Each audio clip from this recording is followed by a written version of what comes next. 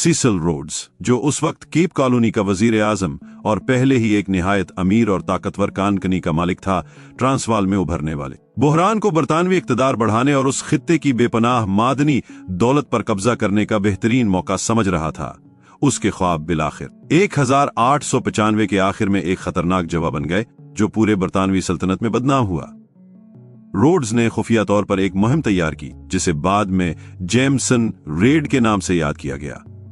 ये एक जरी मगर तबाह कुन हद तक गलत मंसूबा था। उस मुहिम की क़यादत डॉक्टर लैंडर स्टार जेमसन के सुपुर्द की गई, जो रोड्स का करीबी साथी था। उसने 500 से कुछ ज्यादा मुसल्लह आदमियों का लश्कर तैयार किया, जो ज्यादातर ब्रिटिश साउथ अफ्रीका कंपनी के लोग थे। बिचवना लैंड से ट्रांसवाल में दाखिल होकर उनका मकसद यह था कि जोहान्सबर्ग के आउटलैंडर, यानी वो गैर मुल्की मजदूर जो सोने की कानों में काम करते मगर सियासी हुकूक से महरूम थे, बगावत पर उभारे जाएं। मंसूबा यह था कि यह बगावत बरतानवी मुदाखलत को जायज करार देगी, लेकिन मुहिम बिल्कुल मंसूबे के मुताबिक न चली।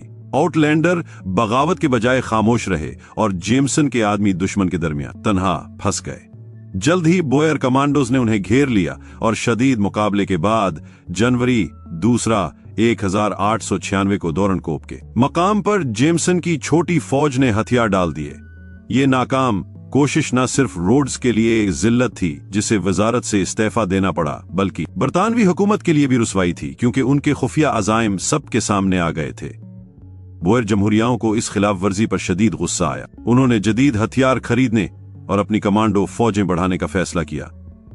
अब बरतानवी और बोयर क़यादत के दरमियान बाकी मांदा एतमाद भी मुकम्मल तौर पर टूट गया। एटलैंडर्स के मसले पर बातचीत बेनतीजा रही। जब अल्फ्रेड मिलनर को बरतानिया का नया हाई कमिश्नर मुकर्रर किया गया तो हालात मजीद बिगड़ गए। मिलनर भी रोड्स की तरह पुरजोश साम्राज्य था और समझता था कि जनूबी अफ्रीका में बरतानवी गलबा लाजमी और जायज है। उसके नजदीक जंग कोई ऐसी चीज न थी जिससे बचा जाए, बल्कि एक ऐसा कदम था जो खित्ते पर कब्जे के लिए जरूरी था। चुनांचे जब उसकी मुलाकात 1899 में ट्रांसवाल के सदर पॉल क्रोगर से ब्लूम फोंटीन कॉन्फ्रेंस में हुई, तो ये मुज़ाकरात फौरी तौर पर नाकाम हो गए। कोई समझौता न हो सका और जब बरतानवी फौजें इकट्ठी होने लगे तो सफारतकारी मुकम्मल तौर पर बंद हो गई। उस बढ़ते हुए खतरे के सामने ट्रांसवाल ने अपने हम ख्याल ऑरेंज फ्री स्टेट से इत्तेहाद कर लिया। दोनों बोयर जमहूरियाओं ने अक्टूबर 9, 1899 को बरतानिया को एक अल्टीमेटम दिया कि अपनी फौजें उनकी सरहदों से हटा लो। लंदन ने यह मुतालबा नजरअंदाज कर दिया। जब अल्टीमेटम खत्म हुआ तो 11 अक्टूबर को बोयर फौजों ने बरतानवी इलाके में कदम रख दिया। यूं दूसरा बोयर जंग शुरू हो गई। इब्तिदा में बरतानिया कमजोरी का शिकार था, अगरचे पहली बोयर जंग के बाद बरतानवी फौज ने हथियारों में जिद्दत कर ली थी, जैसे पुराने सिंगल शॉट राइफल की बजाय लेमिट फोर्ड बोल्ट एक्शन राइफल और शोखलाल यूनिफॉर्म की जगह खाकी वर्दी, मगर असल कमी इंसानों की थी। जंग शुरू होते वक्त सिर्फ 10,600 बरतानवी फौजी जनूबी अफ्रीका में तैनात थे, वो भी बिखरे हुए, कम घड़सवार और तोप खाने के साथ। जल्द ही बरतानिया ने बड़े पैमाने पर कमक भेजने की तैयारी की।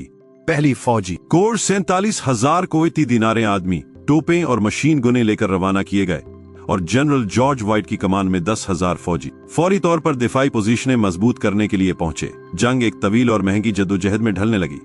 दूसरी तरफ बोयर भी बिल्कुल तैयार थे। ट्रांसवाल और ऑरेंज फ्री स्टेट की मुश्तरका फौजी ताकत 50,000 से ज्यादा आदमियों पर मुश्तमिल थी, जिनमें गैर मुल्की रजाकार भी शामिल हो गए थे। ये सब पेशावर फौजी नहीं बल्कि किसान कमांडोज थे, जो अपने घोड़े, राइफलें और बुनियादी सामान खुद लाते। वो कोई यकसा वर्दी नहीं पहनते थे, बल्कि अपनी आम मटियाली पोशाकों में लड़ते, जो जनूबी अफ्रीका के माहौल में छुप जाती थी। उनकी घड़सवारी और निशानेबाजी की महारत उन्हें मोबाइल जंग में खतरनाक बरतरी देती थी। बहुत से लोग माउजर राइफल रखते थे, जो कल्प लोइंग और दूर मारने की सलाहियत के बायस निहायत मुअस्सिर थी। ये हल्के और तेज रफ्तार कमांडोज किसी भी वक्त हमला करते और गायब हो जाते, जबकि बरतानवी फौज की सख्त और आहिस्ता चाल उनके मुकाबले में भारी लगती थी। ताहम बोयर क़यादत के अपने मसाइल भी थे। दोनों जमहूरियाओं के दरमियान बड़ी कार्रवाइयों की मंसूबाबंदी सुस्त और मुश्किल थी। जब तक उन्होंने निटाल और केप कॉलोनी पर धावा बोला, तब तक जनरल जॉर्ज वाइट दिफाई पोजीशनें मजबूत कर चुका था। उनकी हिकमत अमली पहली बोयर जंग जैसी थी। बरतानवी इलाके में हमला, छावनियों को घेर कर मुहासरे में डालना और कीप के अफ्रीकनर्स को बगावत पर आमादा करना। मकसद ये था कि बरतानिया बड़े नुकसान से पहले ही मुज़ाकरात पर मजबूर हो जाए। निटाल में बोयर अफवाज की क़यादत पीट जॉबर्ट के पास थी, जो पहली जंग का तजर्बा कार जनरल था, मगर अब वो 66 साल का हो चुका था और दिल ही दिल में जंग के फैसले पर शुकूक रखता था। उसकी हिचकिचाहट और इब्तदाई नाकामियों ने बोयर रफ्तार को सुस्त कर दिया। 20 और 21 अक्टूबर को तिलाना, हिल और एलेंडसलाक्टे में बोयर शिकस्त खा गए, जिससे जॉबर्ट की क़यादत पर एतमाद कमजोर हुआ।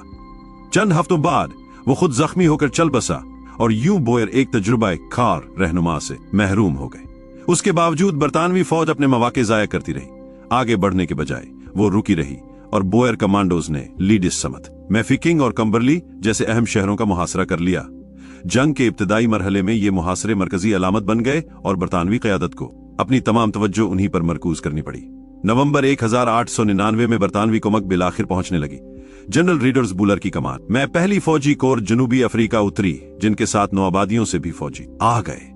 अब बरतानिया जवाबी हमले की तैयारी कर रहा था, मगर ये एतमाद हद से ज्यादा और खतरनाक हद तक मगरूर साबित हुआ। 15 नवंबर को चेवेले के करीब बरतानवी बख्तरबंद ट्रेन बोयर घात में फंस गई।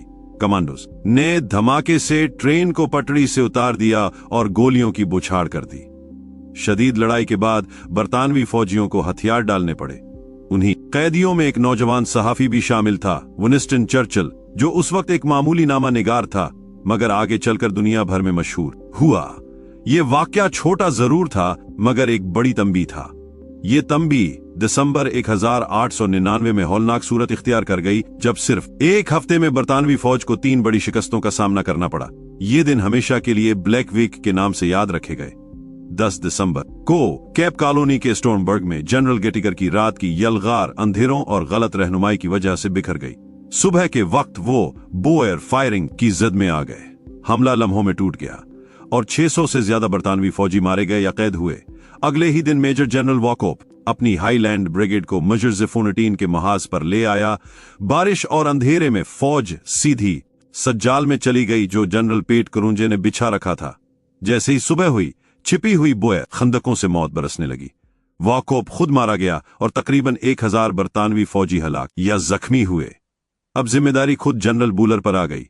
15 दिसंबर को उसने लीडिस समत का मुहासरा तोड़ने की कोशिश की, मगर टुगीला दरिया पर बोयर मोर्चों के सामने उसका हमला बुरी तरह नाकाम हुआ। 900 फौजी मारे गए। यूं एक ही हफ्ते में 3 खौफनाक शिकस्तें हुई। ये वो लम्हा था जब बरतानिया को एहसास हुआ कि ये जंग ना तो आसान होगी और ना जल्द खत्म होगी। पूरे मुल्क में गुस्सा और इस्तिराब फैल गया। अब क़यादत और हिकमत अमली बदलने के सिवा कोई रास्ता ना था। चंद ही दिनों में जनरल बुलर को कमान से हटा दिया गया। उसकी जगह फील्ड मार्शल फ्रीडरिक रॉबर्ट्स को भेजा गया, जिनकी शोहरत और तजुर्बा बेमिसाल। उनके साथ जनरल हर्बर्ट किचनर भी आए, जो सूडान में अपनी कामयाबियों के बाइस मशहूर थे। किचनर अपनी सख्त मंसूबाबंदी और बेरहमी के लिए जाना जाता था। अब दोनों ने मिलकर बरतानवी जंगी हिकमत अमली बदलने का अज़्म किया। रॉबर्ट्स ने बराह रास्त हमलों के बजाय घड़सवारों और मोबाइल दस्तों पर जोर दिया, ताकि बोयर की तेज रफ्तारी का मुकाबला किया जा सके। किचनर ने सप्लाई लाइंस को मुनज़्ज़म किया। यूं आहिस्ता आहिस्ता फौज नए अंदाज में ढलने लगी। फरवरी 1900 में जवाबी कार्रवाई शुरू हुई। रॉबर्ट्स ने अपनी फौज को मजर-ए-फोनटीन के महाज को बाईपास करके आगे बढ़ाया। उसके घड़सवार दस्ते तेजी से कंबरली पहुंचे और 15 फरवरी को 124 दिन बाद मुहासरा खत्म कर दिया। जनरल करुंजे पीछे हटने पर मजबूर हो गया। बरतानवी फौज उसका पीछा करने लगी और यूं एक नए और फैसलाकुन मरहले का आगाज हुआ। करुंजे की पसपा होती हुई फौज पर बरतानवी अफवाज ने मुसलसल दबाव डाला, यहां तक कि वो पार्टबर्ग ड्राफ्ट के करीब मॉडर दरिया के किनारे जाकर घी रह गई। यहां किचनर ने खेल पलटने की कोशिश की। उसने बोयर फौज को अपने ही मुहासरे में जकड़ने का मंसूबा बनाया। 18 फरवरी को बरतानवी फौज ने एक खूनी यलगार की, जब लहर दर लहर पैदा फौज खंदकों में मौजूद बोयर निशाना बाजों के खिलाफ झोंक दी गई। नुकसान बहुत भारी हुआ, मगर घेराव मजीद सख्त होता गया। 10 दिन तक शदीद लड़ाई जारी रही। बरतानवी तूपखाने ने दिन रात करुंजे के कैंप पर गोले बरसाए। आखिरकार 27 फरवरी को, यानी उस दिन जब कभी माजूबा हिल पर बरतानिया को जिल्लत उठानी पड़ी थी, अब सूरत हाल बिल्कुल उठ गई।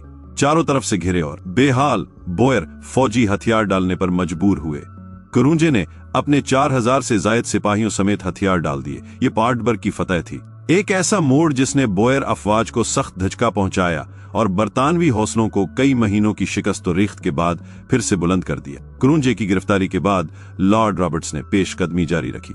उसकी फौज मुनज्जम अंदाज में आगे बढ़ती गई। बोयर मुजाहिमत की छोटी छोटी झड़पों को अबूर करते हुए 13 मार्च को बरतानवी फौज ने ब्लॉमफोर्टिन पर कब्जा कर लिया, जो ऑरेंज फ्री स्टेट का दारुल हुकूमत था।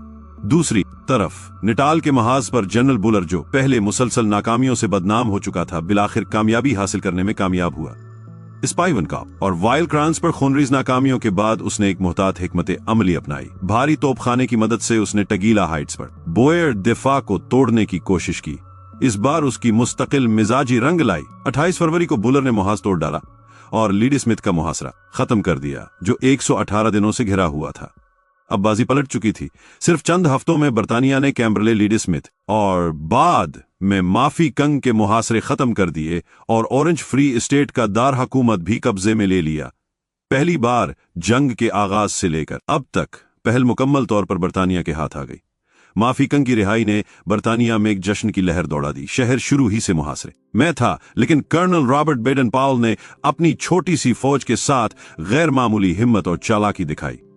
उसने धोखे और फरेब से दुश्मन को अपनी असल ताकत से कहीं ज्यादा बड़ा जाहिर किया और महीनों तक डटे रहे। अवाम की नजरें माफी कंग पर जमी हुई थीं। जब 17 मई को खबर मिली कि कुमक पहुंचकर मुहासरा तोड़ दिया गया है, तो पूरे बरतानिया में खुशी के जुलूस निकले। हत्ता कि एक नया लफ्ज जबान में दाखिल हुआ, माफिकिंग, यानी खुशी में दीवानावार जश्न मनाना। अब जबकि रस्लो रसल बहाल हो चुकी थी और फौज दोबारा मुनज्जम हो गई थी, लॉर्ड रॉबर्ट्स ने शुमार की तरफ पेशकदमी शुरू की। मई के आगाज में उसकी फौज आगे बढ़ी और बोयर अफवाज को पीछे धकेलती गई। हिम्मत हारे और तादाद में कमजोर बोयर जंगजू उन्हें रोक न सके। 31 मई को जोहान्सबर्ग हाथ आया, वही जगह जहां सालों पहले जेमसन रेड रुसवाई से दुचार हुआ था। महज चंद दिन बाद 5 जून को बरतानवी फौज प्रिटोरिया में दाखिल हो गई, जो ट्रांसवाल का दार हुकूमत था। कैदी आजाद कर दिए गए और सरकारी इमारतों पर बरतानवी परचम लहरा दिया गया। दोनों दार हुकूमतों पर कब्जे और बोयर फौजों की कमर टूट जाने के बाद लंदन में बहुत से लोगों ने समझा कि जंग अब खत्म हो चुकी है, लेकिन बोयर कौम अभी हथियार डालने पर तैयार न थी। कुछ ने वाकई हथियार डाल दिए, लेकिन बाकियों ने फैसला किया कि वो लड़ाई को एक नए अंदाज में जारी रखेंगे। अब उन्होंने वो तरीका अपनाया जिसमें वो सबसे माहिर थे, गोरिल्ला जंग। Christiaan de Wet, Louis Botha और कोस डी लारे जैसे रहनुमा छोटी मगर तेज रफ्तार कमांडो टीमों के साथ निकल खड़े हुए। वो जमीन की साख्त से अच्छी तरह वाकिफ थे। अचानक हमले करते, सप्लाई लाइनें काटते और फिर फौरन गायब हो जाते। ये एक ऐसी जंग थी जिसमें हर वक्त हरकत, गैर यकीनी और अचानक हमले होते रहते थे। रॉबर्ट्स और फिर बाद में कैचनर, जो नवंबर 1900 में सिपह सालार बने, के लिए ये मरहला इंतहाई कठिन साबित हुआ। बरतानिया की बड़ी अफवाज रिवायती मैदान जंग के लिए बनी थी, न कि तेज रफ्तार दुश्मन का पीछा करने के लिए।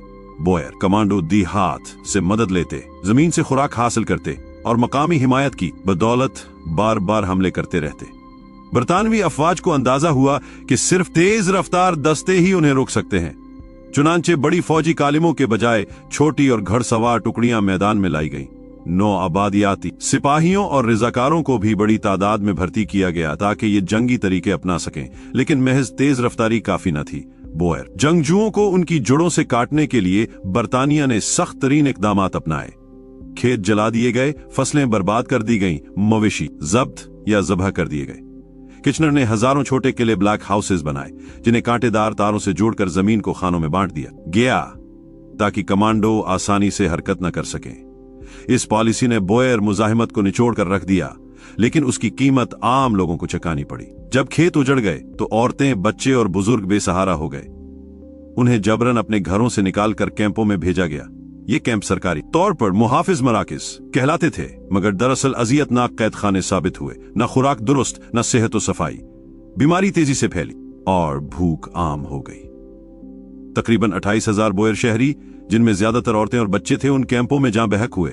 सियाफा अफ्रीकियों के अलग कैंप भी बनाए गए, जिनमें हालात वैसे ही अबतर थे, और लगभग 14,000 अफराद वहां लुक्मा अजल बने।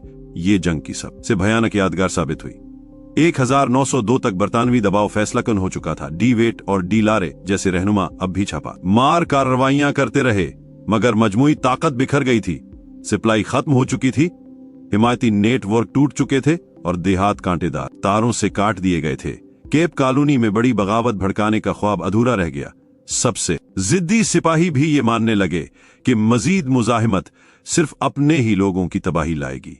आखिरकार मई 1902 में बोयर नुमाइंदे बरतानवी हुकाम, जिनमें किचनर और मिलनर शामिल थे, से वेरेंजिंग में मुज़ाकरात पर राजी हुए। बहस शदीद और तल्ख थी। कुछ बोयर अभी भी आजादी बचाने की उम्मीद लगाए बैठे थे, मगर बरतानिया का मौकफ साफ था, सिर्फ गैर मशरूत हथियार डालना। डीविट लड़ाई जारी रखने पर जोर देता रहा, मगर बूथा और जॉन स्मोट्स जैसे रहनुमा जानते थे कि बका अब समझौते ही में है।